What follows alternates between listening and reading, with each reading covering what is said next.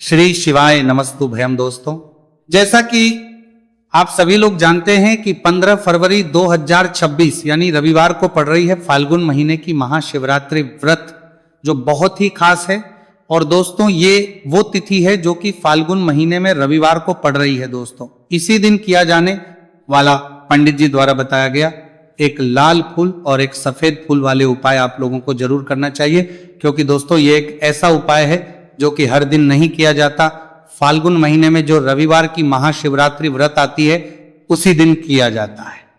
अगर आप लोगों ने इस उपाय को नहीं किया है या किसी कारणवश नहीं कर पाए हो तो इस फाल्गुन रविवार महाशिवरात्रि के दिन इस उपाय से मत चूकना। दोस्तों देखिए, यह दिन इतना खास होता है, इतना महत्वपूर्ण होता है। देखा गया है कभी कभी बड़े बड़े पूजा पाठ अनुष्ठान से जो मनोकामना पूर्ण नहीं होती है, वह फाल्गुन रविवार के दिन एक छोटे से करने से ही आपकी मनोकामना पूर्ण हो जाती है। और बहुत सारे लोगों ने इस उपाय को किया भी है और उनको इस उपाय को करने का फल भी जरूर मिला है।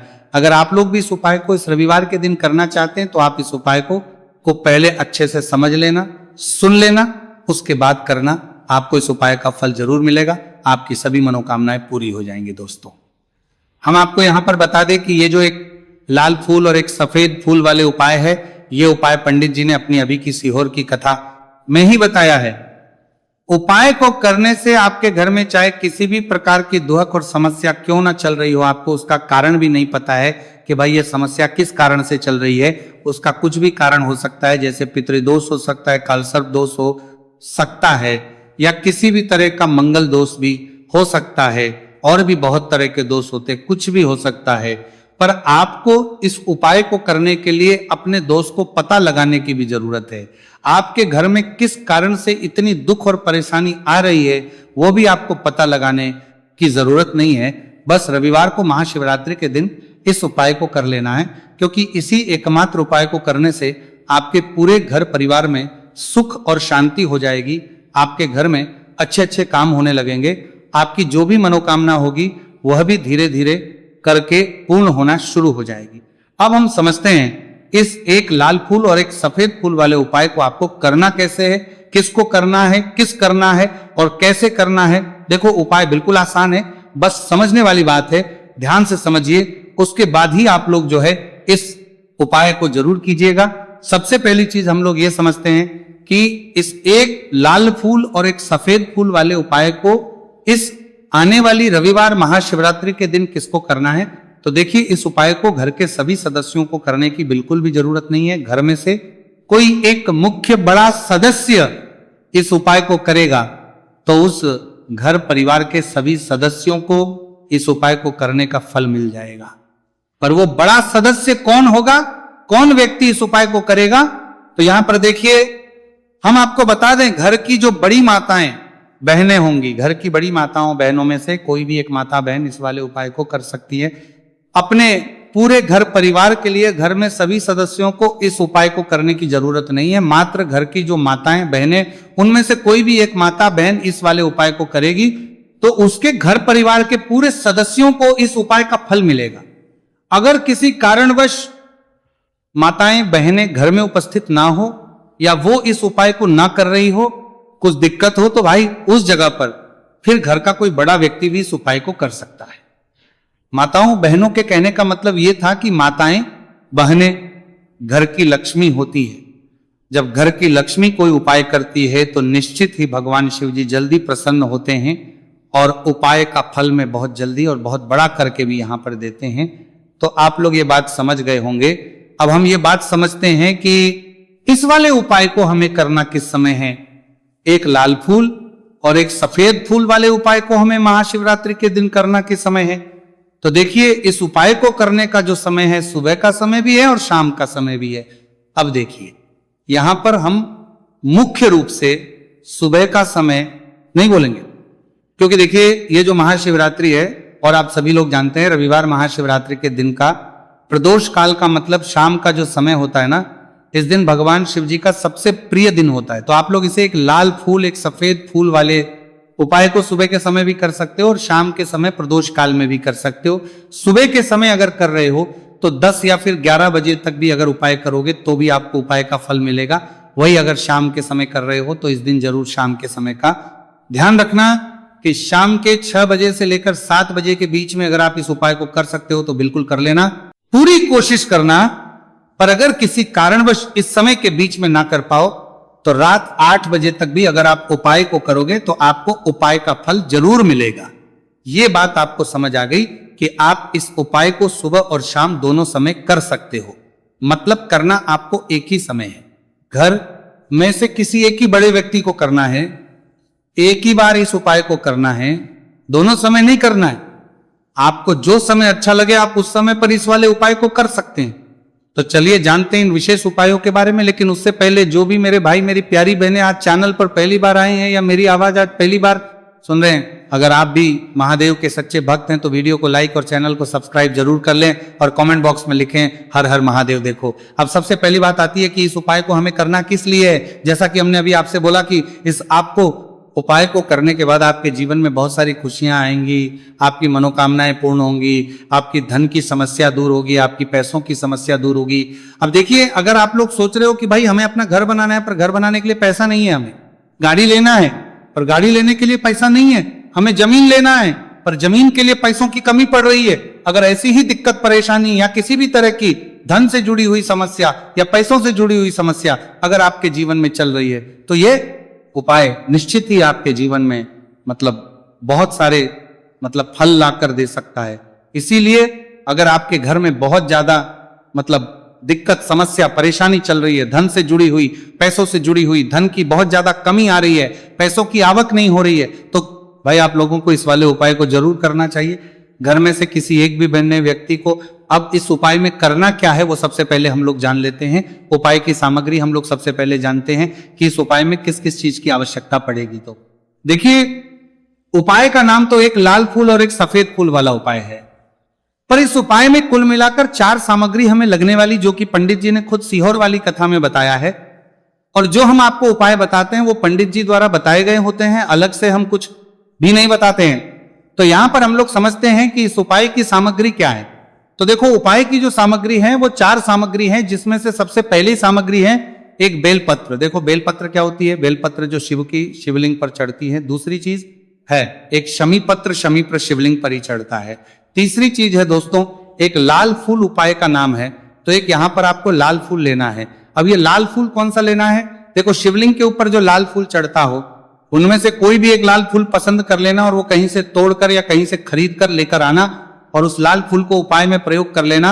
उसके बाद में एक सफेद फूल का विशेष रूप से ध्यान रखना, जो सफेद फूल शिवलिंग पर चढ़ता हो सिर्फ वही सफेद फूल लेकर आना, इसके अलावा कुछ मत लेकर आना, लेकिन केतकी का मत लेना।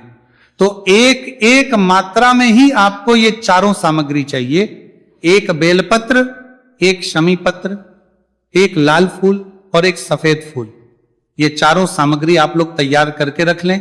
प्रदोष काल में या सुबह के समय जब भी आप इस उपाय को कर रहे हैं, जैसे ही आपके उपाय की सामग्री तैयार हो जाती है तो क्या हम सीधा उपाय को करने के लिए इन चारों सामग्री को उपाय करने के लिए जा सकते नहीं। तो यहां पर आपको इस बात का ध्यान रखना है कि हम भगवान शिव जी को प्रसन्न करने के लिए तो जा रहे हैं, हम अपनी मनोकामना को पूर्ण करवाने के लिए तो जा रहे हैं, पर हमें यह दर्शाना बिल्कुल भी नहीं है कि हम सिर्फ अपने फायदे के लिए भगवान शिव जी के मंदिर में आए हैं। इसलिए हम इस उपाय को करने के साथ साथ में भगवान शिव जी की पूजन अर्चना के लिए कुछ सामग्री भी जरूर लेकर जाएंगे। जैसे कि सुबह समय अगर आप उपाय को कर रहे हो इस एक लाल फूल और एक सफेद फूल वाले उपाय को, तो भाई सुबह के समय आपको एक लोटा जल लेकर जाना है। जो लोग प्रतिदिन शिव जी के मंदिर जाते हैं, पूजन अर्चना करते हैं, जल चढ़ाते हैं, फूल बेल पत्र सब कुछ चढ़ाते हैं, भाई वो अपनी पूजन अर्चना वैसी की वैसी ही करना। बाकी जो सिर्फ उपाय को करने के लिए जा रहा है, जो कुछ भी लेकर नहीं जा रहा है, उसे कम से कम एक लोटा जल अपने घर से भरकर लेकर जाना अगर आप उपाय को कर रहे हो, है ना। क्योंकि इस वाले उपाय को आप भगवान शिव जी की पूजन अर्चना करने के बाद ही करना। वहीं अगर बात करें शाम के समय की, अगर कोई व्यक्ति शाम के समय प्रदोष काल में इस वाले उपाय को कर रहा है तो भाई आपको मात्र एक घी का दीपक तैयार करना है। ये बात हम हमेशा बोलते हैं, शाम के समय प्रदोष काल में कोई कर रहे हो ना, तो दीपक का विशेष महत्व होता है। रविवार, महाशिवरात्रि दिन का प्रदोष काल में जो भी व्यक्ति दीपक जलाता है ना भगवान शिव जी के मंदिर में, भाई उसके जीवन से सारी दुख और परेशानियां भी दूर होती हैं। तो भाई इस दिन दीपक का विशेष रूप से ध्यान रखना आप लोग। अगर आप इस उपाय को शाम के समय प्रदोष काल में कर रहे हो, है ना, ये जो दीपक आप लोगे ये आटे का लोगे। जो आटा आप गूंद दोगे उसके अंदर कुछ भी मत डालना, मात्र सादा आटा लगाकर उसे तैयार कर लेना और एक मीडियम साइज का दीपक तैयार कर लेना। दीपक ना ज्यादा छोटा हो ना ज्यादा बड़ा हो, है ना। उसके बाद में दीपक आपका तैयार हो जाए तो इसके अंदर जो बत्ती रखोगे वो गोल बत्ती रखोगे। देखो गोल बत्ती भी दो तरह की होगी, एक बाजार की और एक घर वाली। तो कोशिश करना अपने घर में जो रुई रखी हुई है उस रुई से आप लोग एक गोल बत्ती अपने ही हाथों से बनाओ। उपाय का फल अच्छा मिलता है। भगवान शिव जी जल्दी प्रसन्न होते हैं। जब हम किसी भी उपाय को अपने हाथों से परिश्रम करके तैयार करते हैं तो आपको उस दीपक के अंदर एक गोल बत्ती रख देनी है। इसके अंदर जो चीज आप लोग डालोगे वो डालोगे शुद्ध देसी गाय का घी। इस बात का विशेष रूप से ध्यान रखना, शुद्ध देसी गाय का घी ही डालना है, तेल वगैरह नहीं। आज के दिन तो मत डालना, रविवार महाशिवरात्रि के दिन, क्योंकि भगवान शिव जी का सबसे प्रिय दिन और प्रिय समय पर हम लोग इस वाले उपाय को कर रहे हैं। तो थोड़ा सा शुद्ध गाय का घी इतना डालना कि वो दीपक कुछ समय तक चल सके। ना बाजार वाला मिलावटी घी डालना, ना भैंस का घी डालना, शुद्ध देसी गाय का घी।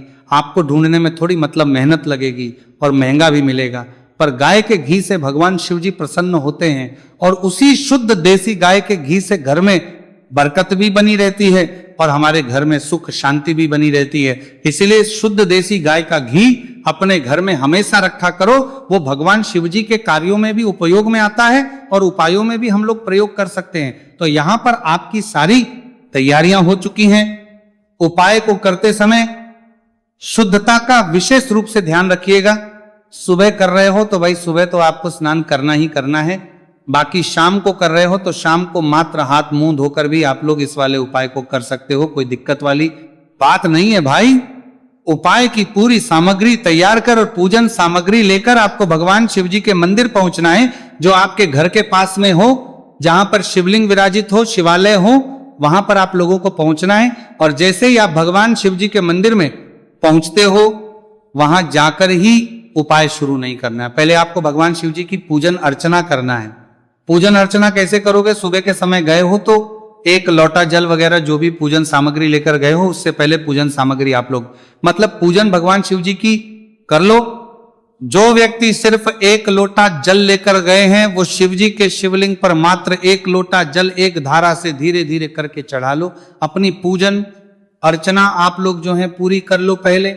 उसी के बाद अगर आप शाम के समय कर रहे हो तो पहले जाकर बैठना है। भगवान शिव जी के शिवलिंग के पास में आप जो दीपक तैयार करके लेकर आए हो उस दीपक को पहले जलाना है। ये जो दीपक आप लोग जलाओगे ना, ये किसी और की माचिस से मत जला, अपनी ही माचिस अपने ही घर से लेकर आना और इस दीपक को अपने ही माचिस से जलाना। अगर आपने मंदिर की माचिस या किसी और की माचिस ले ली, इस उपाय को करने में इस उपाय का फल उस व्यक्ति को भी बहुत मिल जाएगा। इस बात का ध्यान रखना, अपने घर से अपनी ही माचिस लेकर जाना और इस दीपक को जलाना। दीपक को जलाने के बाद भगवान शिव जी की शिवलिंग के पास में रख देना। शिवलिंग के इतना पास में मत रखना कि शिव जी को आंच लगे, थोड़ी सी दूरी बनाकर ही जो है इस दीपक को शिवलिंग के पास में आप लोग रख दीजिएगा। अब जैसे ही आपकी पूजन अर्चना हो जाती है भगवान शिव जी के शिवलिंग के सामने या आसपास कहीं पर भी बैठ जाइए उपाय को करने के लिए। और उपाय को करने से पहले आप लोग अपनी वो चारों पूजन सामग्री निकाल लीजिए। उपाय की जो सामग्री है वो निकाल लीजिए और भगवान शिव जी के शिवलिंग के ऊपर एक माता अशोक सुंदरी जी का स्थान देख लीजिए। माता सुंदर जी का जो स्थान होता है वो जलाधारी के ऊपर होता है। जलाधारी के बिल्कुल बीचों बीच में होता है। आप लोगों ने देखा भी होगा शिवलिंग की जलाधारी होती है, जलाधारी के बिल्कुल बीचों बीच का जो स्थान होगा वो माता अशोक सुंदर जी का स्थान होगा, क्योंकि यहीं पर हमें ये जो है उपाय को करना है। सबसे पहली चीज, अब हम उपाय को करना शुरू करते हैं। आप सबसे पहले अपनी एक बेलपत्र उठा लो। एक बेलपत्र को आपको माता अशोक सुंदरी जी वाले स्थान पर सबसे पहले समर्पित करना है। बेलपत्र की डंडी का मुख होगा जलाधारी की तरफ जहां से जल बहता है और नीचे गिरता है, और बीच वाली बड़ी पत्ती का मुख मतलब शिवलिंग की तरफ होगा। इस तरीके से आपको इस बेलपत्र को माता अशोक सुंदरी जी वाले स्थान पर समर्पित कर देना है। उसके बाद में अपनी एक शमी पत्र उठा लो जो आप उपाय के लिए लेकर आए हुए हो। शमी पत्र को उठाकर शमी पत्र की भी जो डंडी का भाग होगा वो जल की तरफ करके, जहां से जल बहता है नीचे गिरता है उस तरफ करके, और पत्ती वाला भाग शिवलिंग की तरफ करके इस शमी पत्र को भी उस बेल पत्र के ऊपर आपको समर्पित कर देना है। समर्पित करने के बाद अब आप ले लो अपना एक लाल फूल जो आप उपाय को करने के लिए लेकर आए हुए हो। इस लाल फूल का जो खिला हुआ भाग होगा, चाहे वो गुलाब का फूल हो, चाहे कोई सा फूल जो शिवलिंग पर चढ़ता हो, भाई उस फूल का जो खिला हुआ भाग होगा वो शिवलिंग की तरफ होगा। बाकी जो पीछे का भाग होगा फूल का, वो जलाधारी की तरफ, जहां से जल बहता है नीचे गिरता है उस तरफ होगा।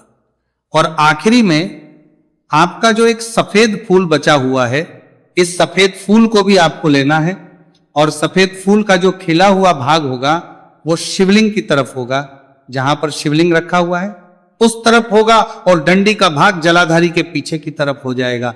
मतलब जो जहां से जल बहता है और नीचे गिरता है, जब आप एक बेलपत्र, एक शमी पत्र और एक लाल फूल, एक सफेद फूल चढ़ा रहे हो, तो उस समय आप लोगों को कांता भगवान या कांता चक्र का नाम लेते हुए ही जो है इस उपाय को करना है, और भगवान शिवजी और नारायण जी का स्मरण करते हुए ही इस उपाय को आपको करना है। तो जब भी आप एक बेलपत्र, एक शमी पत्र, एक लाल फूल और एक कमी हो रही है, जो भी दुख और समस्या परेशानी चल रही हो, आपको अपनी वो दुख और जो है भगवान शिव जी से उपाय को पूरा करने के बाद वहीं पर पास में बैठकर बोल देना है, हाथ जोड़ के आंखें बंद करके अपनी परेशानी और श्री शिवाय नमस्तुभयम का जाप करना है। दोस्तों, आज हमने इस वीडियो में कुछ उपाय बताए हैं जो आपको करने हैं। अगर आपको वीडियो अच्छी लगी हो तो वीडियो को 1 लाइक और चैनल को सब्सक्राइब जरूर करें। हर हर महादेव।